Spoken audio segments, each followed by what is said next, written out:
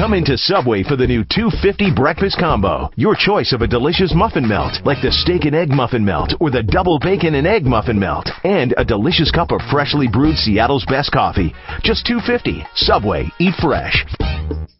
The BS Report is a free-flowing conversation that occasionally touches on mature subjects. First of all, this is the BS Report with Bill Simmons. It might be cool, I don't know. And if it's not, I don't care. The BS Report with Bill Simmons. Bill Simmons works for ESPN. He's also named the sports guy, and he writes a comical sports column. He must be a popular dude. The BS Report. It's got a real dirty sound, like a rusty steak knife cutting through a well-aged steak. Now. Here's Bill Simmons. Welcome to the BS Report. Another sunny day here in Southern California. A little hot today. On the line, on the Subway Fresh Take Hotline, one of our old favorites from the NFL Network. NFL season nearly upon us. We're within, it's like 3.5 weeks. Rich Eisen, how you feeling? I'm better for being that much closer to the NFL season, Bill. It's good. What is it, 3.5 weeks? September 9th? Yeah, right about that. It'll be 3 weeks from Thursday. Yesterday we were 4 Sundays away yesterday. I hate the Thursday. How do you feel about the Thursday? Be honest. I love the Thursday. You do? I'm not just saying that because I'm a good company man, because we got 8 Thursday games or 7 Thursday games and 1 Saturday game. But I like it. I like it a lot. I know. A lot of coaches don't, but then they do when they're done with the game because it's like a bye week. So I'm not talking about Thursdays in general. I'm saying starting the season on a Thursday. Are you good with that? I'm very good with that. The number is going to be huge. I know, but it's like I feel like it pees, for lack of a better word, it pees on Sunday a little for my excitement on Sunday. Well, I mean, baseball's doing it now. Baseball starts on Sunday nights. Remember? And I got news for you. I don't like it in baseball either. You're a traditionalist. I am. I like it. It's like if my mom's making Thanksgiving dinner. Yeah. The dinner is when we sit down at the table. It's not like, hey, come over for Thanksgiving dinner. Oh, we're going to have some turkey at noon, and then dinner's at 2. I want to have my dinner at 2. I want to get excited for it. You want it all when you're normally used to having it. Yeah. I hear you. But, I mean, listen, just being able to there's going to be a parade in New Orleans. I know that sort of stuff may not light your fire, but it's going to the whole town is going to be insane, and it's just going to keep ratcheting up the atmosphere. And if a certain Wrangler jean wearing lawnmower driving guy does what's expected of him and plays in that game, it's going to be stupid. It's going to be ridiculous. And and the fact that it just has its own spotlight, I like that. I like it. All right. I do like the whole New Orleans party hole. I mean, it is the perfect city to start the season in. You mentioned the man who shall not be named. I wrote the F word, the 5-letter F word. Yeah, the 5-letter F word. I like that. I wrote a contract holdout column on Friday, and I was saying that I presented my theory that I felt like he is holding out. It's sort of like legal extortion because he knows the price is going to go up every week that the Viking fans have to watch Tavares Jackson and Sage Rosenfels. They have a bye in week 4. They have Detroit in week 3.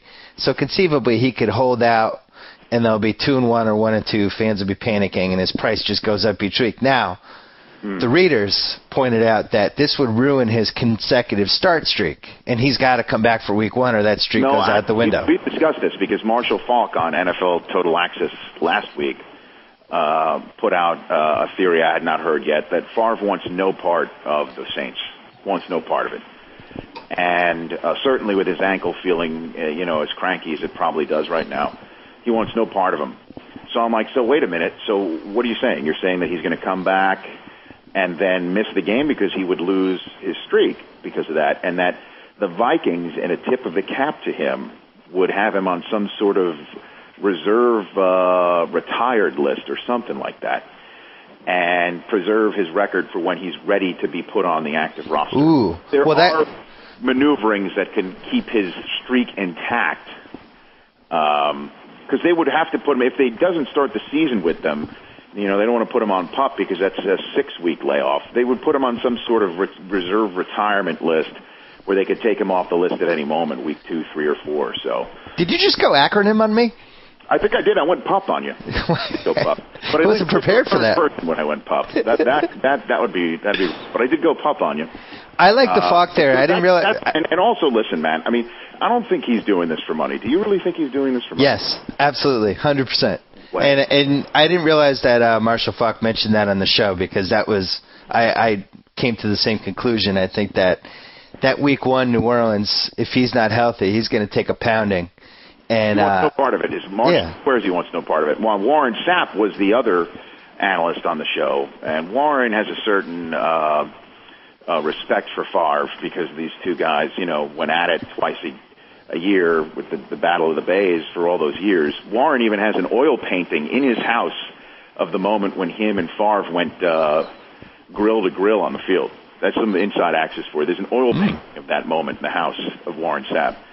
And so he thinks that Favre is not like that. That if he's ready, he's going to play in that game, and would love a piece of the Saints to try and beat them and put the Vikings back on the map right off the bat. But listen, I mean, we're the same age, Bill, right? Yes. We're both 40, I think. Okay, I'm 41 now. Okay. I was told every time you hit 40, by everyone hits 40, that your warranty begins to run out. That you begin to wake up and you feel aches and pains that you never did when you were in your 30s. And I'm beginning to actually feel that. And I can imagine what Favre at age 40, if the warranty is beginning to run out on him, with this ankle, the way it must feel, he's actually really, I really believe to my core, he really doesn't know if his ankle could hold up for the entire season. And that's that, and the fact that he just didn't want to go to, Mankato or whatever, Minnesota State University with Jerry Van Dyke or whatever, that they have their training camp up there every year. Right. He want a piece of that. So I think those things together. Don't sleep on the copious amounts of HGH that he's taking too. Because we have the aging process. Hattiesburg, is that what you're saying, or? Well, we suffer from the aging process, but when you're loaded with human growth hormones, you don't tend to feel the same effects. I'm joking. Kind of. That's why I'm laughing. Yeah, okay. I agree with you, though. I turned 40, and weird things happened. I'd never, ever in my life fallen asleep in front of the television before I turned 40. That never happened, ever. Unless it was like 3 in the morning. And there's been some times, like watching Mad Men out, like 10:15, and I nod off for 5 minutes. I'm like, whoa, what happened? I just turned into my dad. Yeah, my wife and I have got to do the 8 o'clock showing of Mad Men. Of California. Yeah. The 8 p.m. Pacific, because I just can't do the 10. Seriously, it's insane how these things actually happen when you hit 40. Not like, we're heading to the retirement home or anything like that, but again, I can only just feel it. Favre's warranty is beginning to run out, and he's probably thinking, do I want to come back and maybe run out of gas in week 4 or 5 in my last year? I actually lose the streak. I actually don't perform to the abilities. Do I really want to do that? And then I think you're right. The only thing that money does come into play is that how many jobs is he going to have that's going to pay him $13 to $16 million a year the rest of his life? This is probably the only one. His price might go up. The TV business, he ain't making that much. His price might go up, and more importantly, he gets paid the same whether he plays 13 weeks or 16 weeks. That's true. So and why not? He swears that that's a reason why he's wondering about whether he should come back or not, because he doesn't want to put the Vikings on the hook when he knows that he's not physically up for it. So he doesn't want to take the Wilf dollars if he knows that he can't earn it. This is what Steve's telling me. How has the media's perception of Favre and the people that you deal with day to day, former coaches, former players, people that now gravitate into TV, how has their perception of Favre changed over the last 3-4 years? Rod Woodson's sick of talking about him. Anytime that his name is mentioned in the meeting, he rolls his eyes. So many times I just try and put Favre in the show just to get the rise out of him. I think Dion loves him. I'm just the guys that I work with. Marshall, looks at him a little bit askance. That this whole thing that's going on about can he or shouldn't he, should he come back or not. I think a lot of the guys are sort of sick and tired of it. I mean, Gale Sayers lit him up on our Hall of Fame coverage, saying that he's being disrespectful to the game and his players, and if he was one of his teammates, he'd tell him he didn't want him to come. So, but the bottom line is, if he plays like he did last year, I mean, he makes the Vikings an instant Super Bowl contender. Without him, the Vikings are potentially a team to be reckoned with at the most. So, yeah, and I think a lot of fans are sick and tired of us talking about them too. I compared it in Friday's column to in Inception opening it with Leo DiCaprio versus opening it with Screech, because I think that's the difference in caliber. Like Tavares, especially like his last playoff game that every Vikings fan is having nightmares about, and then we've all seen Sage Rosenfeld's work. I mean, it's the difference between them contending for a Super Bowl and them not. And even if he takes off those first 3 weeks, I think they're at New Orleans, then they're home from Miami, which isn't going to be easy, and then Detroit in week 3, which on paper looks easy, but you know, if you have Tavares out there and you have that frisky Lions team, and who knows, that could be a total trap game. And then you go into that bye week, you could be 1-2 or 0-3. Mm-hmm. I think Favre could get $30 million. I haven't seen Inception yet, so if I do see it and Screech shows up on the screen, I'll know that I'm being played by you, Bill. Is that what you're saying? I haven't seen it either, but I would not rule out anything, because that's a dream movie, dream sequence movie. So hey, you could see Screech. Hey, you know what? Here's something for you. Yeah. Last night, so we're taping this on a Monday. Last night, Sunday, I think one of the random great TV nights in television history. That is. So, Mad Men. I thought it was actually a pretty entertaining entourage, even though it was a half-hour tequila commercial. I like any plot where the main character is. Read on that. I must confess, I have not watched a single episode of Entourage in over a year. I think you and I are the only two people that haven't made a cameo in it yet who live in L.A. Maybe that's why I'm deep down not watching it, but I haven't. You're wounded. So it's just, I mean, I love the guys, but I just haven't seen it in a year. So those two, the David Hasselhoff roast. I'm a roast junkie. I know you secretly like the roast too. Well, Jeff Ross, as we all know, is a genius. Yeah. And I could not watch that last night for traveling reasons, but I have it on the TiVo. I've heard it. Right. Well, Jeff Ross decided to make a statement with his hair in this roast that, frankly, I wasn't prepared for. Nobody had warned me. Basically, he looked like Jack Osborne. He looked like a young Jack Osborne, and I don't know what his choice was there and why he made it, and it's very confusing. I didn't know he had that in him. That he could have the ability to do something like that. Yeah, he's. I'm a little worried. We might be intervention time. If we have the intervention, I think we'll both be there. He wants to be an idol judge, right? Isn't that what he's up? Yes, he does. He's trying to get that momentum on Twitter. So then the other TV thing last night, the dramatic season finale of The Real L Word, and they went to the Dinah Shore Classic in Palm Springs, which was described on the show as the lesbian Super Bowl, which I had no idea. And tell me you did not know that. Somehow I didn't know that. So they go there, and it's like there's like 250,000 women at this LPGA event, and it's just total debauchery and pool parties and all this. It was like this secret world I didn't even know what happened, and now I'm like fascinated.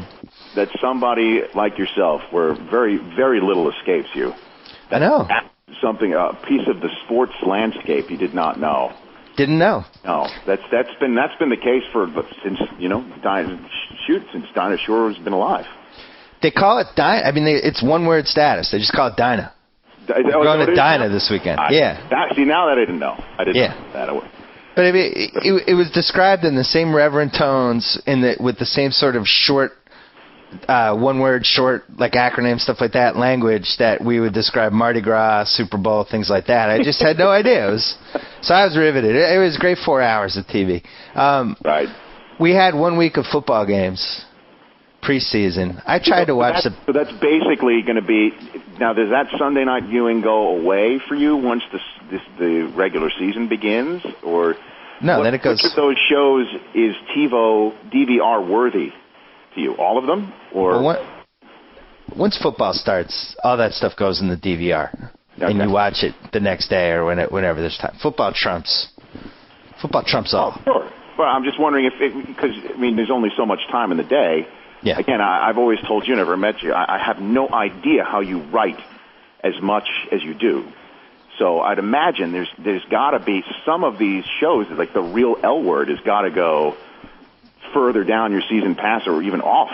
I mean, I can't imagine you have that much time to capture all of this in your brain. Well, fortunately, the season ended, so I'm fine. It ended with Dinah. You don't have that. Okay, that's good. Timing's perfect. You're right. Timing's perfect. And I think I'm not convinced that all seasons should end at the Dinah. I just think every Mad Men entourage, that should be where it ends. That'd be great. Don Draper at the Dinah. The Dinah. Yeah, it'd be good. That would be at Dinah. That's right. That'd be big. So I did watch a little week 1 preseason, and look, I don't see why we need more than 2 preseason weeks. You don't. You just flat out don't.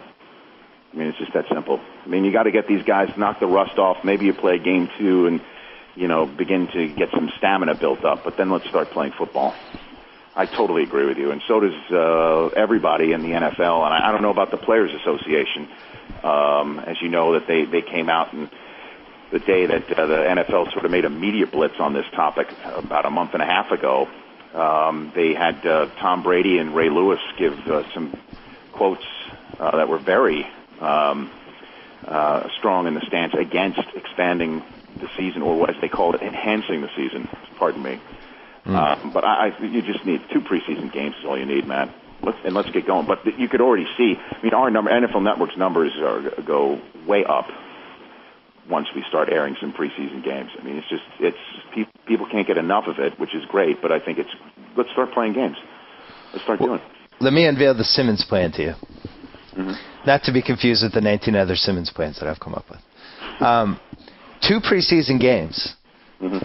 A 19-week season, but only 16 regular season games. So actually, no, I screwed that up. An 18-week regular season and 15 regular season games. Mm. So each team gets 3 bye weeks. The 15 weeks solves the whole problem of week 15, 16, potentially teams tanking or teams teams have already clinched who rest their starters, all that stuff. Right. 15-week season, a little bit more on the line each week. You have 3 bye weeks built in there. It runs roughly the same amount of time from from mid-August through all the way to December, and then getting those 3 bye weeks, because we're so much better at diagnosing injuries now, and especially like concussions, slight concussions, severe concussions, all that stuff.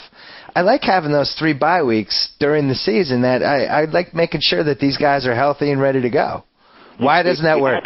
You had me at the 2 preseason games, and then that was, you had me at hello, and then I was sort of checked out after that. I mean, I paid attention throughout. I don't mean that by checked out. Why against the 3 bye weeks? 3 bye weeks. There's got to be some sort of momentum that has to flow. There's got to be, and you have to. I mean, injuries are part of the game, and so sometimes you got to play hurt, just like in any sport. I would like maybe 2 bye weeks, and there's no way NFL ownership is going to take a game away for regular. All right, so we'll go 16 and 2 bye weeks. Right, that's possible. That's possible in an 18-week season. And by the way, I am all for the season lasting longer.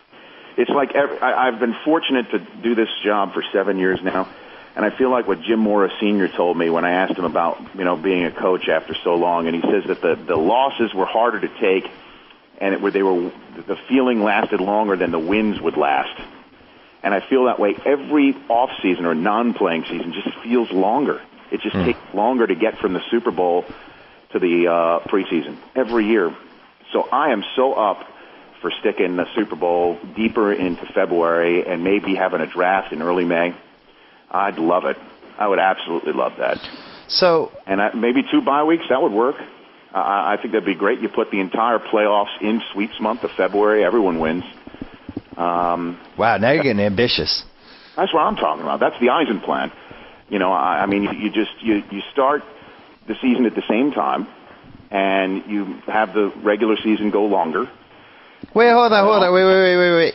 You mean longer? Each team plays more than 16 games? No. I like this the 16 games with the 2 bye weeks. Okay.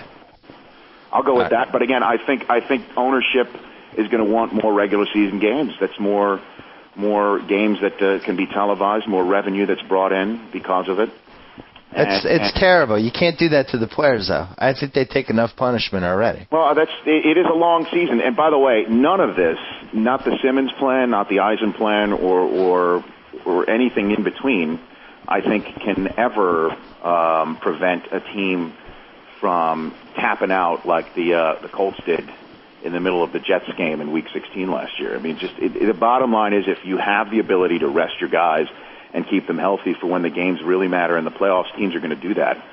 And if you do have a 16 or even an 18 game regular season, I mean, so in Week 15 they're going to be having that happen, or Week 14 they can clinch. And that's why the league this year is trying to, I think Weeks 16 and 17 in the regular season this year are all, as many as they can, division games. Yeah. So they're trying to make those games come to the end where they can keep as many division races alive and prevent that from happening. But I don't think that you're ever going to prevent the Bill Polians of the world from taking the cautious approach. I would love to see 2 bye weeks at least for a lot of reasons, but especially this one. I think it's crazy. The way that you mentioned that the players are, you don't want to put them through it, as you said, that they get punished. I mean, the extra bye week would be very helpful, I'd imagine. But here's what really gets me is when the teams potentially have the Sunday game immediately followed by the Thursday game, which seems to happen 6 or 7 times during the second half of the season and seems so unfair. And that's such a punishment for these guys to take, to play 2 games in 5 days, basically. I just think that's crazy. But then on the back end of it, they get practically 10 days off, sometimes even 11. So, yeah, but if you have your bye week, you could have that bye week right before the Thursday game, and then it's basically. I think a couple of years for us, we had a couple of Thanksgiving teams play their next game on the Thursday, so that allowed them at least 1 week interval before a Thursday game. But Thanksgiving games you're never going to get rid of. I mean, that's a tradition. We could bring this whole thing full circle in a way. That's when your mom makes Thanksgiving dinner, you have to expect it, having football as well. So, are you happy with the number of playoff teams? Yeah. Why, you want more? I'd go to 14. No. Yeah. Then you're asking for 8 and 8 in there. That's going to happen. You're going to get an 8 and 8 team in there. More. No. Well, why not? What's the worst thing in the world about having an 8 and 8 team in the playoffs? I have another 2 more games to gamble on. So you're getting close to half the league getting in there, and now would you give everyone an orange wedge too? I mean, I like it. I like it the way it is. The division, it means something to win the division. I like it, and then you allow two teams to get in via wild card. I like it. I mean, the playoffs have been so incredible the last few years. The Super Bowl coming down to the fourth quarter. I mean, I'm knocking on wood right now, but I like it, and I love the playoff overtime rule. Love it. I love it, and I can't wait. I hope they start playing it in the regular season next year. I was disappointed they weren't doing that this year. Benefits of 14 teams. We get 1 extra game in round 1 on Saturday and Sunday. You get, instead of the top 2 seeds. It's a triple header on NBC to kick things off? Triple header Saturday, triple header Sunday. 6 games. That's one benefit. Another benefit, instead of the first and second seeds in each conference getting a bye in round 1, now only the number 1 seed gets the bye. Number 2 seed has to play. So a little more heat on that number 1 seed now. Maybe teams not just content to be the number 2 seed. They're trying to gun for that bye. That's the best idea you've said yet. Thank you. I like that one, because then even if you have your division wrapped up, you still need to keep playing. I'll ask you this: you're a football fan. Would you be opposed to watching 6 playoff games in a 28-hour span from Saturday to Sunday, or a 30-hour span? How incredible would that be? That would be great, but I mean, if it's the second round seed against an 8 and 8 team, I mean, you're talking about maybe a Valparaiso will hit once in a while, but I don't know. I just because again, more often than not, you're going to get an 8 and 8 or a 9 and 7 that wins on some ridiculous tiebreaker you've never heard of over another 9 and 7 team. Whereas you could just eliminate most of the 9 and 7 teams, even though the Jets were 1 last year and they damn near went to the... Yeah, you just proved my point, Rich Eisen. The Jets should have been an 8 and 8 team. I probably will get around to making your point. I like it. I do hear you. I like the idea of making the 1 seed mean a little more. I do like that. So, all right. The playoff overtime rule? I loved it. I put a similar suggestion in last year's Super Bowl column and was excited when I came pretty close to what they chose. The whole thing was stupid. You know, it was really exciting.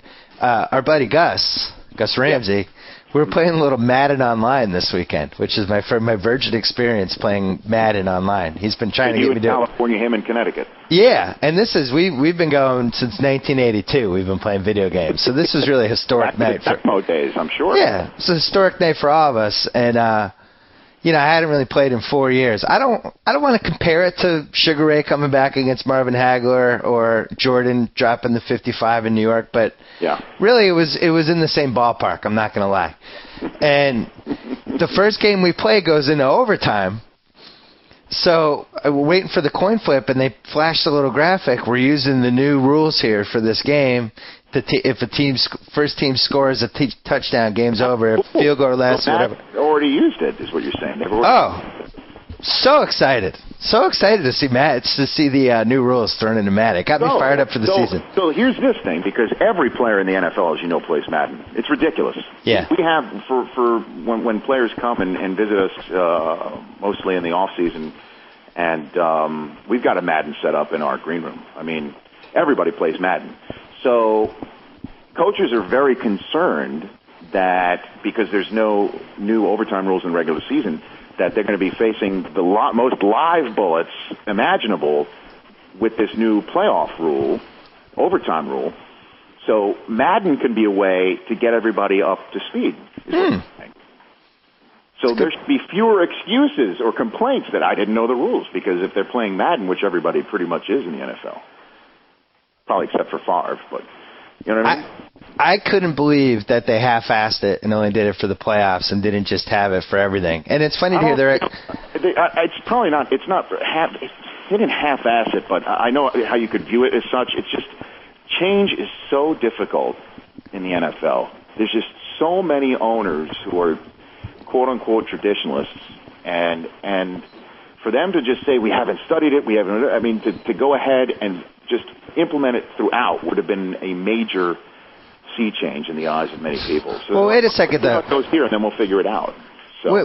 So you're half implementing it, but you're implementing it for the most important games of your season? Hey, listen, you're preaching to the choir. Let's just put it that way. I agree with you. But my first year on NFL Network, 2003, we went to the owners' meeting. I guess in 2004, so it was our first owners' meeting that we covered. And I could not believe that the item on the docket, in 2004, by the way, this is only 6 years ago, I guess 7 owners' meetings ago, on the docket was whether or not to kill instant replay forever or make it permanent. There was no in-between. You couldn't make an in-between. And I couldn't believe that there was talk like, I don't think we need instant replay anymore. And, eventually, I think the smarter heads prevailed, and I think the only people to vote against it were Mike Brown of Cincinnati. I forget who else voted against it. I think Irsay of the Colts voted against it. And I just it just struck me, and it's something that I always will remember, is that to get something through, a rule change of such major importance, it's very difficult to do in the NFL. I mean, it took forever to get the 2-point conversion in. And so the fact that this was changed at all, I was very excited about. But I think eventually it'll be uniform. But I agree with you. I'm with you, Bill. The ex-players that you're with all the time doing your shows, how do they feel about this whole concussion subplot that's taken off the last couple of years? Well, I mean, I really haven't had much discussion with them about it, but they're all, and we have actually had this talk with John Madden on our set at the Hall of Fame when Madden came on, because, Madden is a guy who obviously has the commissioner's ear, not when they're pulling a Thelma and Louise on the Madden cruiser like they did last month, but also when, he's a guy who is on an advisory committee to Goodell. And I said to him, with Rod Woodson sitting on the set, I'm like, Rod, once a week will complain about a call that appeared to be too cheap. It erred on the side of caution, that the quarterback should have flags on their hips. That's Rod being an old school defensive guy. I mean, how do you go ahead and balance the two out, the player safety and making sure that football is still a tackle sport? And Madden basically said, bottom line is, for what we know now today, in medicine, what we know now today, we're going to err on the side of player safety every time. So I just think every year you're going to see a hit that you think, how in the guy couldn't have avoided that? I mean, how in the hell are you going to give him 15 yards? But that's just what's going to happen, and I guess we just need to get used to it. And I think the players that I work with mostly are lucid, thankfully, and because they never really had that issue in their careers. But they're definitely thinking that what's happening right now in the last 18 months with the NFL has been a positive step forward for sure.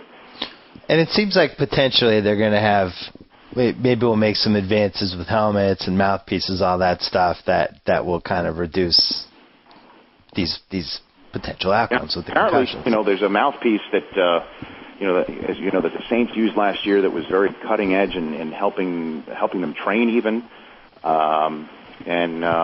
I've actually heard about some technological advances in mouthpieces that could even begin to measure the force of a hit as well. So, they're putting chips in football somewhere, trying to figure out how to work with breaking the plane and stuff like that. This is sort of a CSI aspect of football that's going on behind the scenes right now. Yeah, it has changed the way that I watch football a little bit. Like, if somebody takes a big hit now, in the old days, it'd be like, oh, he got popped. And now it's like, oh, you kind of make a different sound. Oh, I hope he's all right. Because, it's not good. It's not a good thing to get knocked woozy for 5 minutes and stumble off the field and then get thrown back in a quarter later. Look in the Super Bowl, remember that? Yeah. Shot that they showed him. I mean, he was clearly lights out, but his eyes were wide open. Right. And I remember we were all talking about it. Man, he got crushed. But now you'd see that, and you'd be on the edge of your seat, wondering if the guy's going to actually be able to walk or know what his kids look like in the morning. Yeah. It is a different time, that is for sure. Give us the 3 things that you're most excited about for the 2010 National Football League season.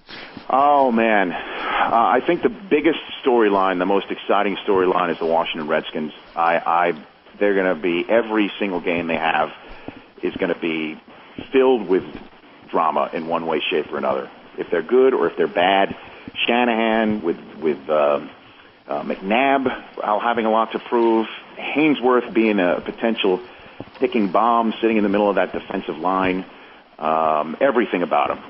I cannot wait to see how that plays out in 2010. I think they start with the Cowboys, for crying out loud.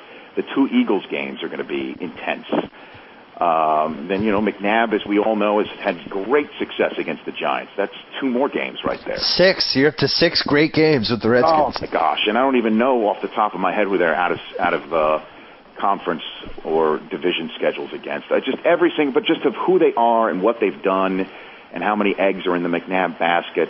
The Redskins, I think, are the top storyline going into the season. The Jets are another one because they have got a big fat target on their backs for the first time maybe since Joe Namath guaranteed the Super Bowl. I mean, this is an amount of attention the Jets have not. I mean, the Giants are already complaining about it. I don't know if you follow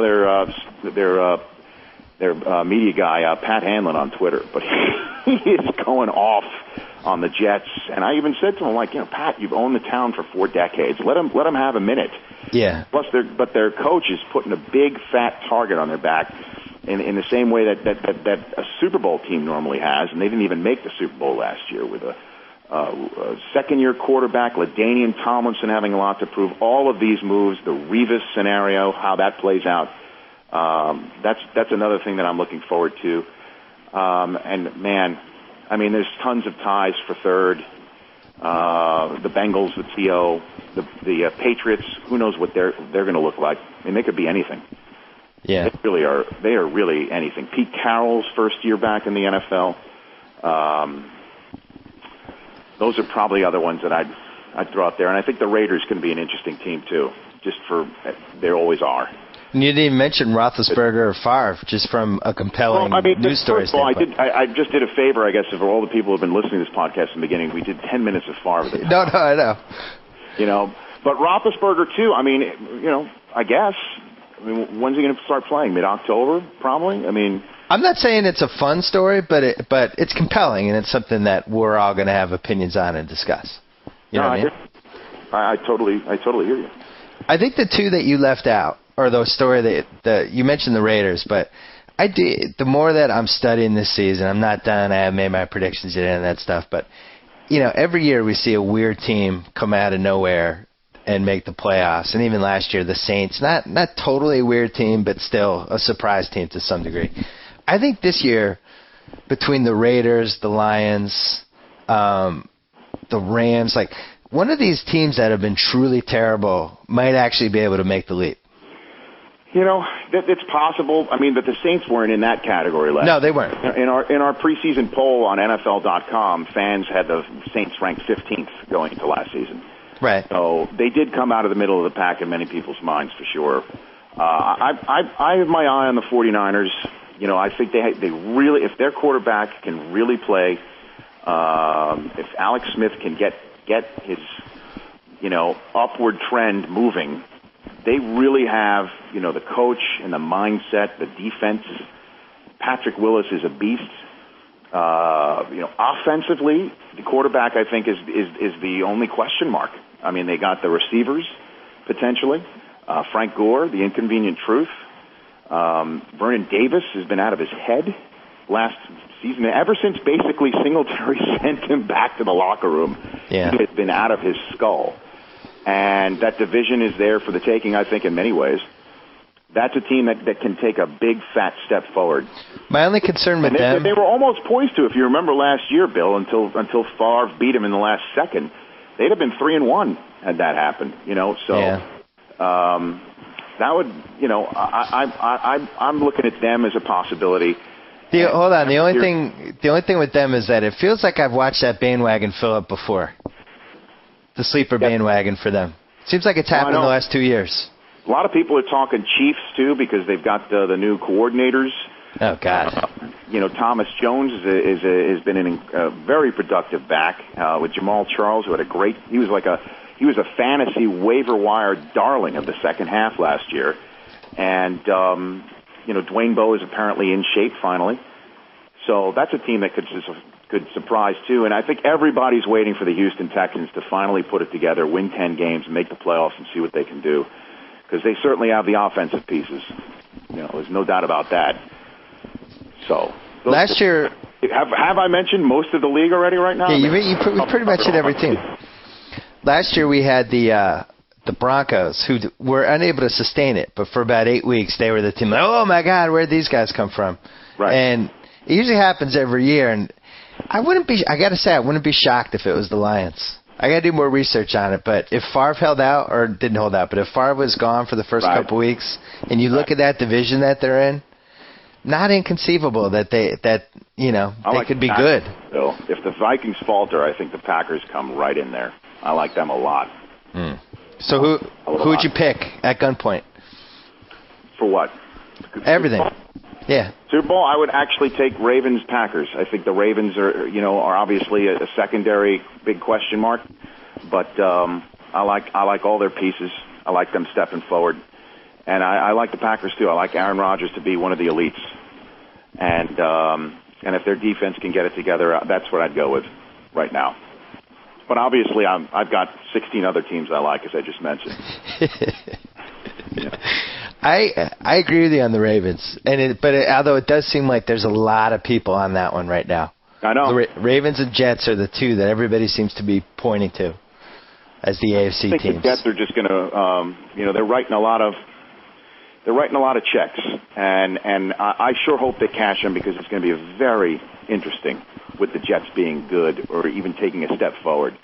I love Rex Ryan. I love him. He is just fantastic. He's heaven sent for people like us. If they're going to be really good, oh my gosh. Him in Texas at a Texas Super Bowl, oh my gosh. That would be great. And of course, we didn't even mention the Cowboys. A lot of people are on them too. I'm going to Oxnard on Wednesday, so I get to see them in person. We'll see. Do you think that it's good or it's bad to be in a monster division like that? Because that really might be one of the better divisions we've seen in a while, if the Giants are any good at all. Like I told you. I mean, Kevin Kolb, that's another... We could go on and on. I think we have, actually. Yeah, we have. Kevin Kolb, that's going to be another great storyline, too. Yeah, there's going to be some really good teams. In the NFC East, they could beat them all each other up, or they can they can get themselves battle tested and seasoned for the long run. So, but yeah, I'm excited. The thing is, I didn't even choose a team from the NFC East to go to the Super Bowl right now, but I think this could be the Packers' year. That would be exciting too. That would be a good one. All right, Rich Eisen. So what do we plug something? Plug anything. NFL Total Access, 7 days a week at 7 Eastern Time. NFL Game Day morning. There'll be an announcement coming up soon in regards to that. That should be of interest, hopefully. And little tease. I teased a little something, and I'll be on TV. Let's put it that way. A lot. So NFL Network. So that means you are still currently employed by the NFL. Yes, I am. I am. I'll be there. Congratulations. All right, we'll talk to you during the season. Good chat, man. Yeah, will you talk to me? This is not. I don't want this just to be a preview and then that's it. I mean, I just told you we'll talk to you during the season. Okay, very good. I want to come by. Who's the best NFL Network ex-player at Madden? I don't think any of them play it. None of them do.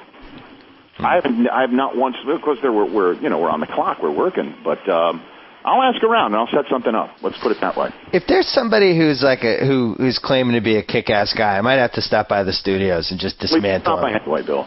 Yeah, I probably should. All right, Rich Eisen, take care. Take care, buddy. Rich Eisen brought up the Redskins. I want to call my buddy Joe House, based in Washington, get his take on McNabb, Shanahan, everything else. Let's give him a ring. Joe House. What's happening? What is happening? How are you? I'm good. Is this the quitter? What did I quit on? You quit on Fogo de Chao. Oh, I did. I announced my retirement. I might come back like Brett Favre, though. Yeah, I mean, that's pathetic. 2 or 3 times you go, you don't practice, you show up without a game plan, you haven't talked to any experts, you don't take it seriously, and then you're like, it's not for me. I can't handle it. Well, for the listeners that don't know, I tweeted on Saturday morning, I tweeted my retirement from Fogo de Chao because we went there Friday night, and I overate, and we were supposed to go to a party after for the WWE SummerSlam party at the Roosevelt Hotel. I could have seen all drunk wrestlers. Would have been awesome. And I was physically incapacitated. So that's rookie mistake number 1. You never plan something after Fogo de Chao. Yeah, that was a mistake. What was I thinking with that? Yeah, that's minus. What's your plan after Fogo de Chao? What do you suggest being the food czar? Bed. I go home, I take off all my clothes except for my boxers, and I lay down on the floor. That's what you do after Fogo de Chao. It's a beautiful thing. You revel in it. You take it all in. You just relax. You let nature run its course. I kept my streak alive of not being able to understand anything that a single waiter said as he presented the beef. So I just agreed to eat everything. He's like, "Hey, sir, oh, okay, I'll try that. That sounds delicious." That's right. That's when you have the green token up. That just means everything. You don't need to distinguish. Just say yes to all of it. They keep bringing it, and they keep bringing it, and they keep bringing it. And it really is a male bonding thing. I'll probably come out of retirement in a couple months. I think the mistake was overeating and then also pretending like that I could have done anything else after. Yeah, that's right. That's a big mistake. I mean, I don't want to belabor this, but it kind of reminded me of when Steve Spurrier was the coach of the Redskins here. You know, he came up from college to the pros. He didn't have a game plan. He thought it was going to be easy. And, after a couple failures, that's it. I'm out. Where do you stand on the salad bar before the Fogo de Chao? Or you just turn the card over, you're ready to go? I don't touch it. Because some people at our table did salad bar, and it roped me in, and I ended up salad barring, and I think that might have been a mistake as well. Yeah, why? It's not. It's a meat place. It's not a salad place. Why would you touch the salad bar? I don't know. You're right. I didn't have a good game plan, and it was Spurrier-esque.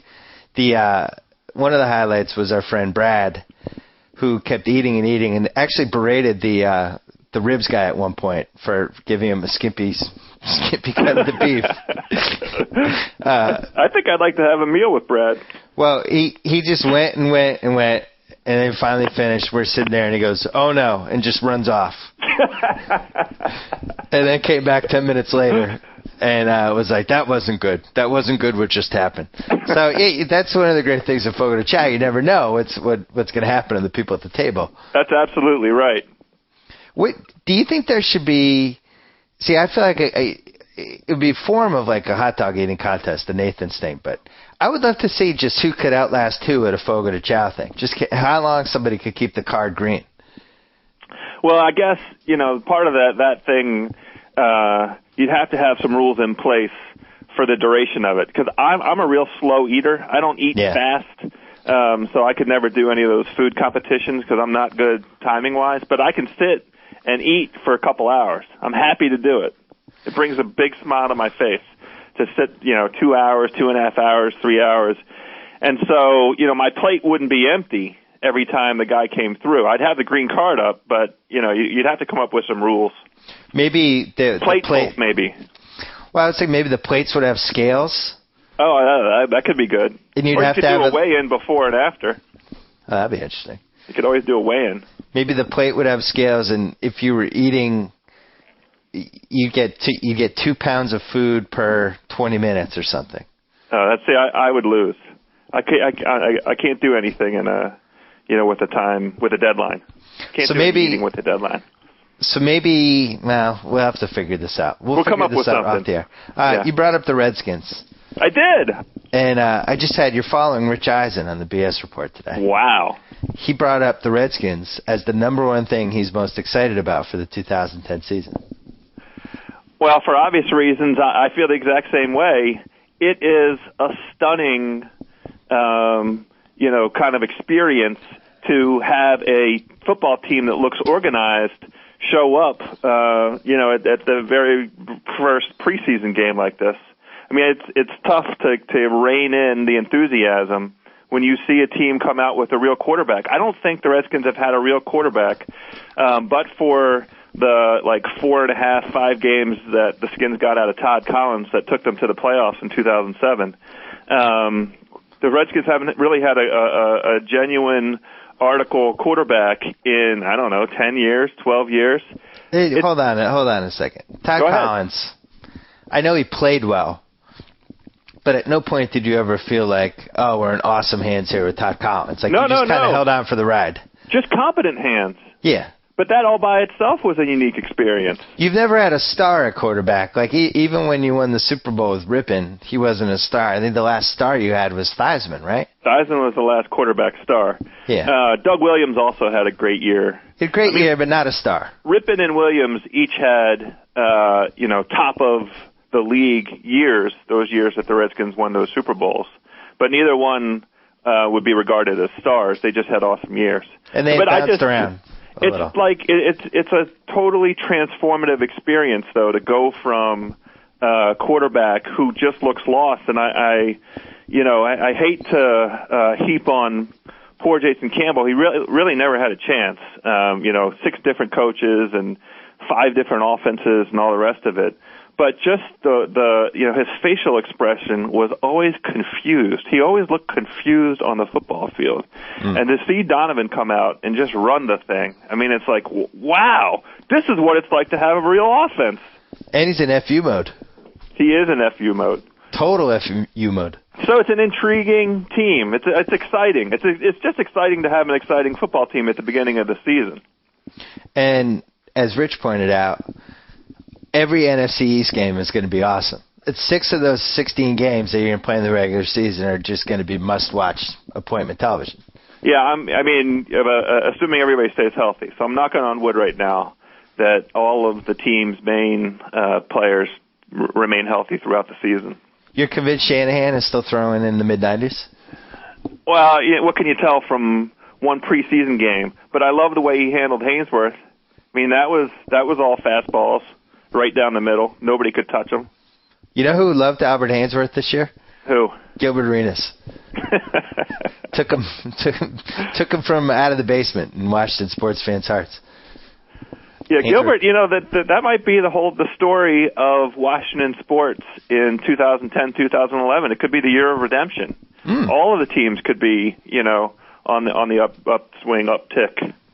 There's no reason to think that the Cats can't be ultra competitive again, and they had a comeuppance after losing in the first round of Montreal. The Redskins have nowhere to go but up because last year really was a bottoming out kind of year. The Wizards have nowhere to go but up, and John Wall's athleticism is a reason to go to games all by itself. Yeah. So it's exciting. You didn't mention Strasburg because he needs Tommy John surgery? Oh, no, that's not funny. We're not talking about Strasburg right now. You can't even talk about him? They're going to shut him down, and appropriately so. I mean, he did exactly what you would want out of him as a sort of introduction spin through the majors, which is come in, give everybody a taste. But he really needs to be treated with kid gloves.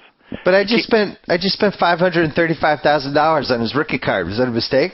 Yes, of course it was a mistake. What was I thinking? I don't understand any of that. That's like a whole nother planet, a whole nother world. It's like it's speculative stock trading on the worst and dumbest possible level. Yes, worst and dumbest. You can't. Why would Strasburg's card be worth more than Nolan Ryan's PSA 10 rookie baseball card? Right. Makes no sense. It makes no sense. Crazy. Well, so when he got hurt, did everybody in Washington flip out? People didn't flip out, but there was a sort of collective gasp.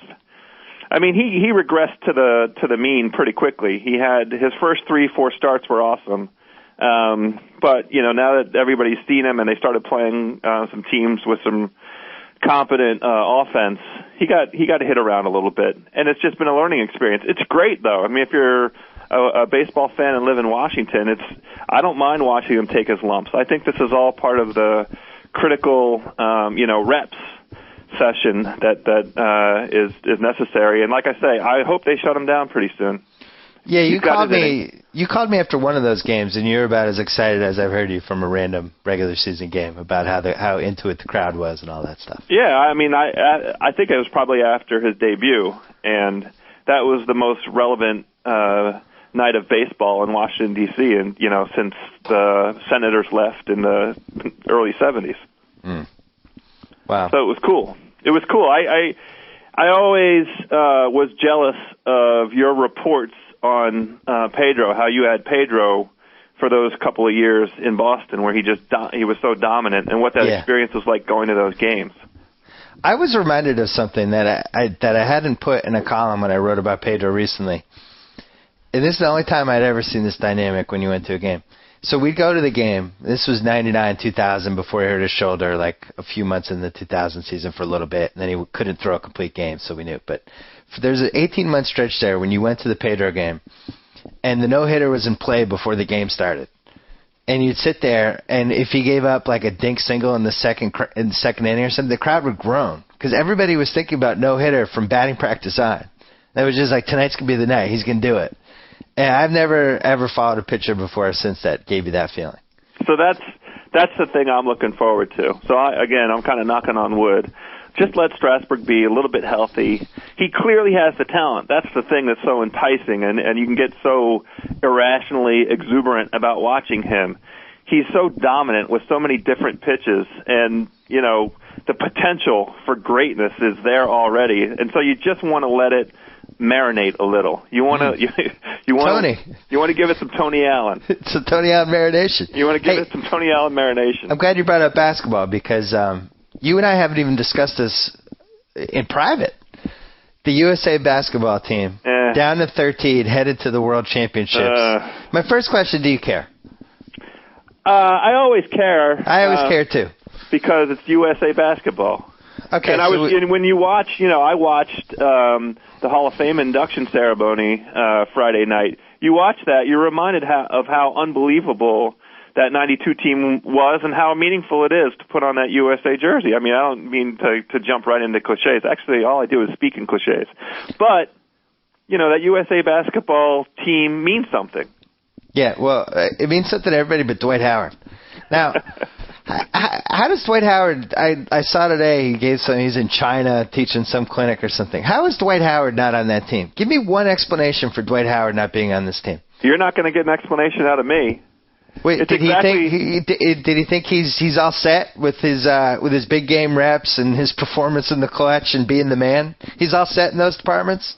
The weird thing is he has peers that he watched, sort of elevate their game, not just their game, but like their standing in basketball, their standing in the world in terms of basketball talent. He watched D. Wade and he watched Kobe in those Olympics. He played on that Olympics team.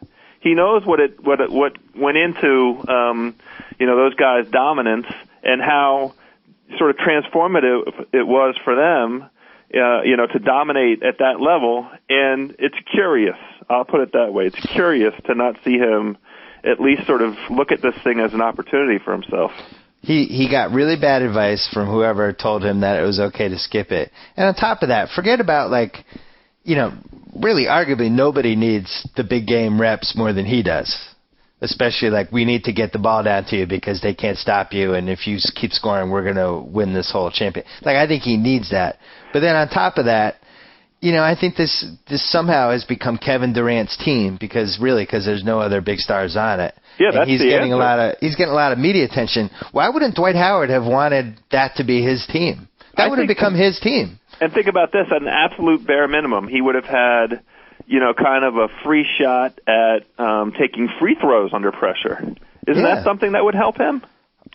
There's nothing. It's not like the miles would have been bad for him. He's so young.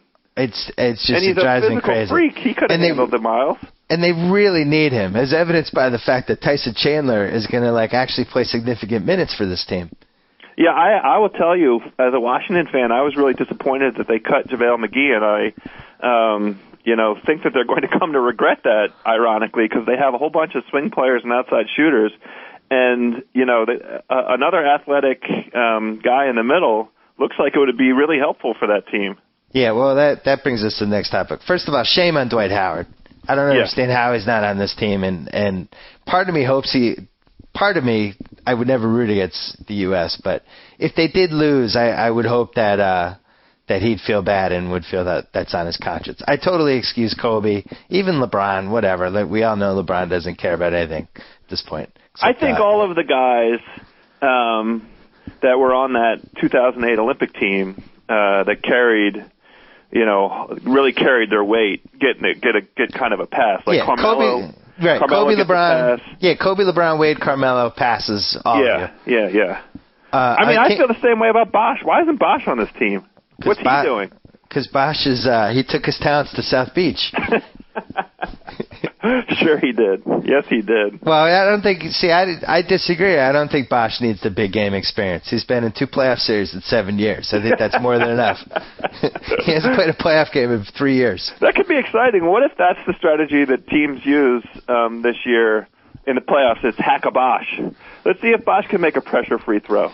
You can't believe how many emails I've gotten from the Toronto fans who rank them on the smartest fans in the league, who are already anticipating the delight that they're going to take in his shortcomings that are going to be exposed for this Miami team, especially if he's their only big guy. They said any energy rebounder destroys him. He cannot, forget about Dwight Howard. He wouldn't be able to guard really any above average scorer in the low post. Somebody that they claim disappears in the last 5 minutes of games. The repeated feedback I'm getting from the Raptors fans is, you watch what happens with Bosch in Miami. You watch. Well, it looks like he's going to be their only banger because Porter Doss has them getting busted with 20 grams of pot. I think that's kind of bad. Yeah, we'll see. That happened last night. We'll see what happened with the facts. But I think karmically that might not have been a good start for the 2010-2011 Miami Heat. Let's go back to the team for a second, though. Okay. Explain to me the thought process of having your final 13 include Chauncey Billups, Derrick Rose, Rajon Rondo, Russell Westbrook, and Stephen Curry.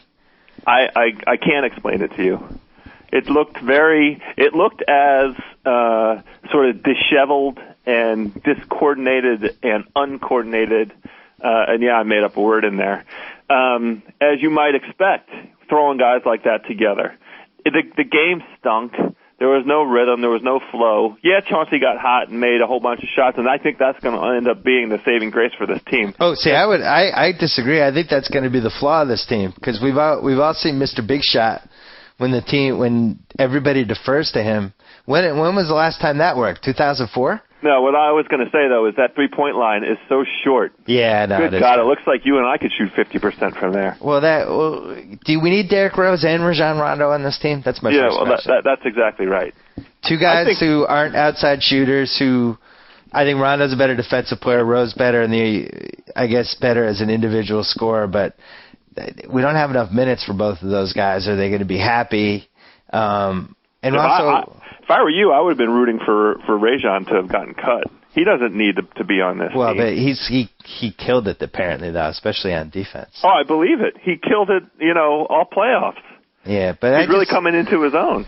How many times did we watch international basketball over the last 20 years and say, all right, well, the one thing we know here is that you need a point guard who can make an open three every time he's open. That's your number one thing, that you start there and then you keep going, right? Yeah. And neither Rose or Rondo will be able to make that open three. That's why they have to play Curry at the same time, and maybe Billups, I guess. Or Billups, right? They have Rudy Gay, Andre Iguodala, and Danny Granger on this team. I'm pretty sure we don't need all three. I'm almost positive. I said yesterday that I'd cut Iguodala. Everybody said he's been the best defensive player on the team. He's not somebody that I would trust at the end of a game ever. Yeah, the one that looks like he's still coming back from injury to me is Granger. He looked so slow and disheveled yesterday. So maybe you cut him, but one of those three's got to go. I would cut him. Why isn't Blake Griffin on this team? Is he back? He's back, and I know that maybe he wasn't fully back 2 months ago, but at this point, we need a power forward on this team. Did he try out? He didn't try out because he was hurt, but now he's healthy. So shoehorn him in. Isn't the goal to win the championship? Well, he's an unknown quantity, though. We haven't seen him play, 1 second of competitive next-level basketball. But JaVale McGill was ripping it off and watched it. I mean, he was like a final cut for this team.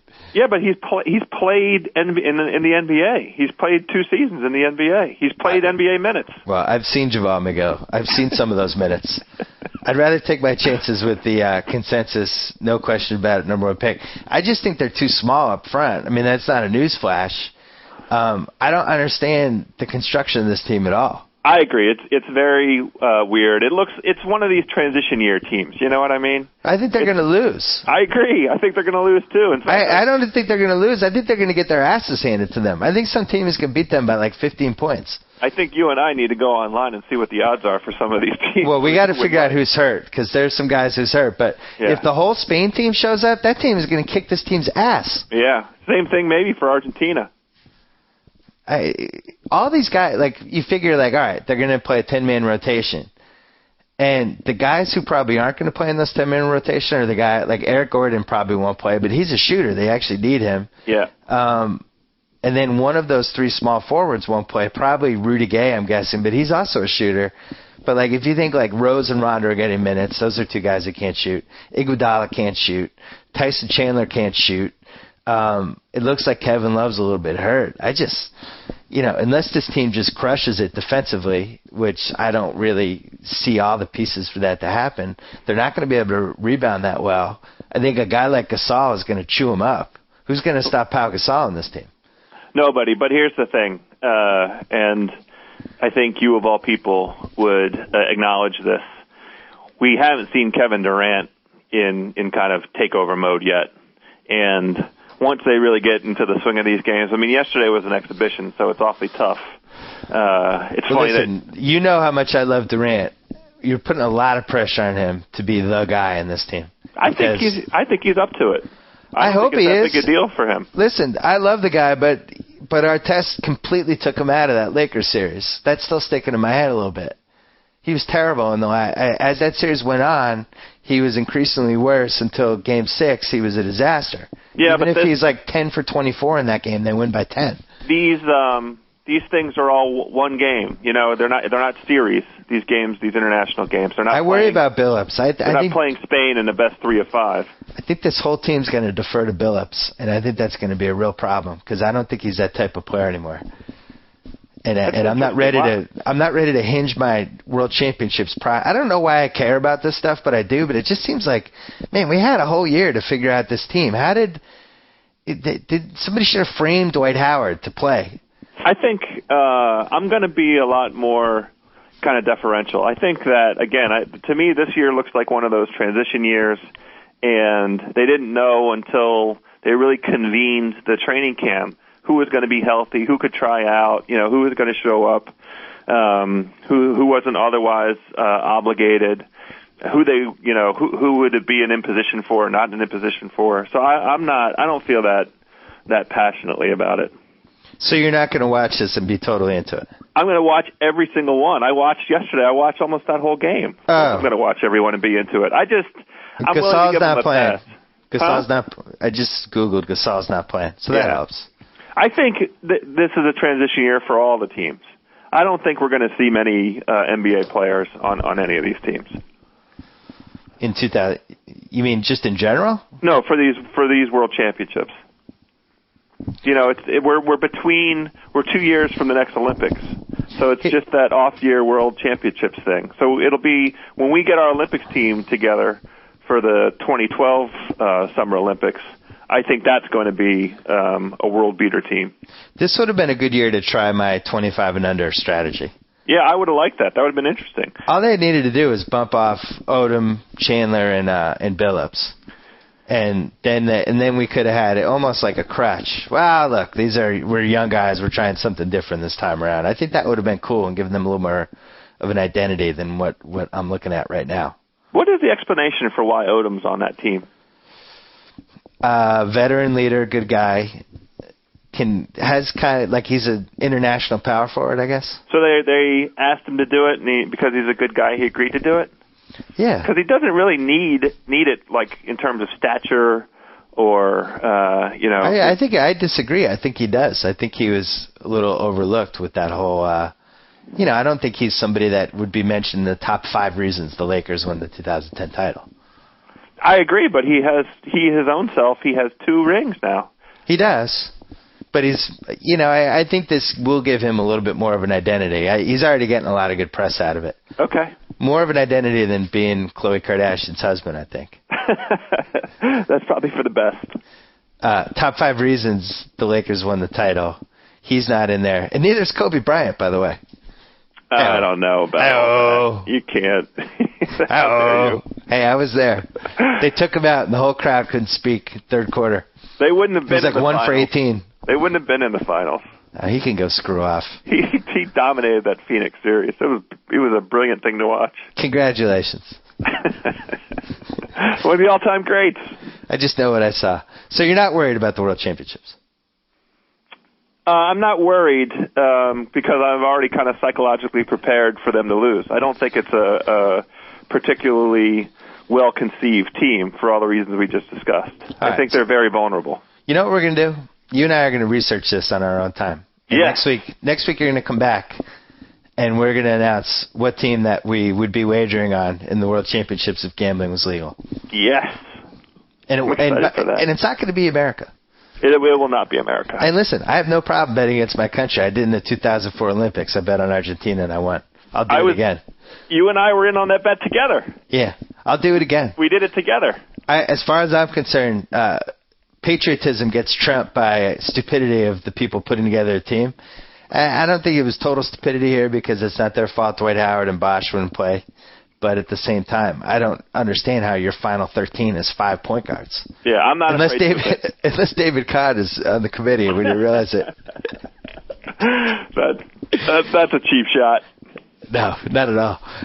Last question. You became a dad. I did 2 weeks ago. We had a 2-week birthday yesterday. Yeah. How's that going? It's going unbelievably. It's going so well that I kind of wake up every morning, spend some time with him, and then kind of knock on wood in the house that everything is going to sort of go this smoothly. I know that it won't, and we haven't really been confronted with even a minor calamity. We haven't dropped him yet. He hasn't thrown up all over everything yet. So I'm kind of girding myself for that first challenge, but he's so unbelievable. The other thing that I've been warned about, and I'm interested to hear your take on this, is that he hasn't really woken up. He's still he doesn't have the perfectly clear eyesight yet, so he responds to voice and he responds to light and dark. It takes like 4 weeks. Yeah, right. they're like blind people the first 2-3 weeks. They can't see anything. Exactly. And so I've been warned that, when he really can focus and at that moment when he kind of wakes up, all hell breaks loose. Yeah. And we're in the honeymoon period right now. Is that true? Yeah, it's a good first 7-8 months. You'll enjoy it. Oh, okay, 7 or 8 months. So we still have a good run here. Yeah, I mean, That's the only exciting. thing that could submarine you early on is if he's doing a lot of crying, which doesn't sound like he's doing. No, he's been very good. He only cries when he's hungry. He's been, you'll be surprised to hear this, he wants to eat every hour and a half. I mean, he's got my appetite, I'm afraid. Beautiful. He put on 1.5 pounds in the first 2 weeks. He's killing my poor wife. You know, the honeymoon, people don't mention this part of the honeymoon phase when they start eating a little bit of people food, like apples and stuff like that. Yes. And then their dumps start to become disgusting. Oh, that's the other thing. The dumps right now are so precious. I want to take pictures of them. They're great. They are. They're great little baby dumps. They're like little Ghostbuster goo dumps. He takes 11 a day, though. I mean, he's on the high side. It's excellent. He goes every time he eats. I was very excited that you named the kid Lavernius. I thought that was incredible.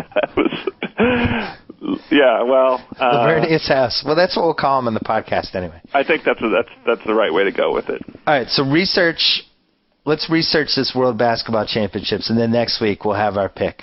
Yeah, I can't wait. It's going to be exciting. Because I don't think America's going to win this one. Now, there might be everybody sitting out in every country, and they'll win by default. But there's got to be one country that's going to bring all their guns.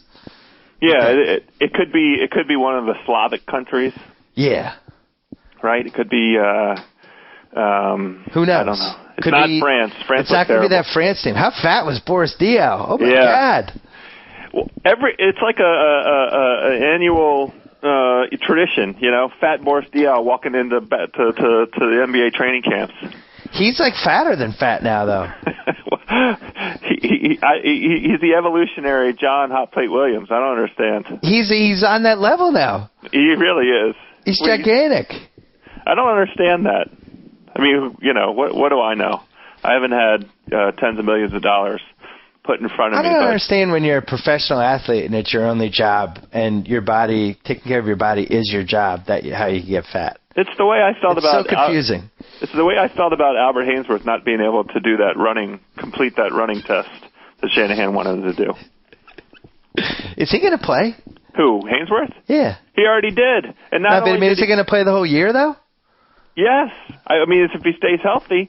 And on top of that, he loves nose guard. He already said so. So this might work out.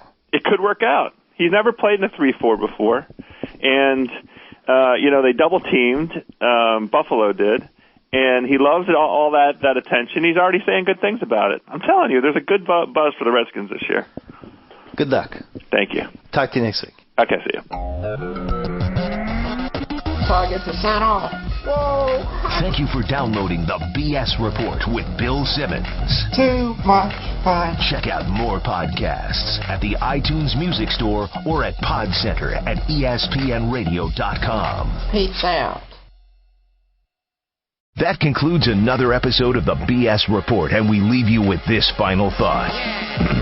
Only Subway helps you build your better breakfast. Starting at 7 a.m., choose what you love, like the delicious double bacon and cheese omelet on toasty, tasty, foot-long flatbread. And since it's never too early to be thinking about your next meal, grab lunch to go, like the $5 foot-long BLT, and spice it up with fiery Chipotle Southwest sauce. Whether it's breakfast or lunch, starting at 7 a.m., it's whatever you want.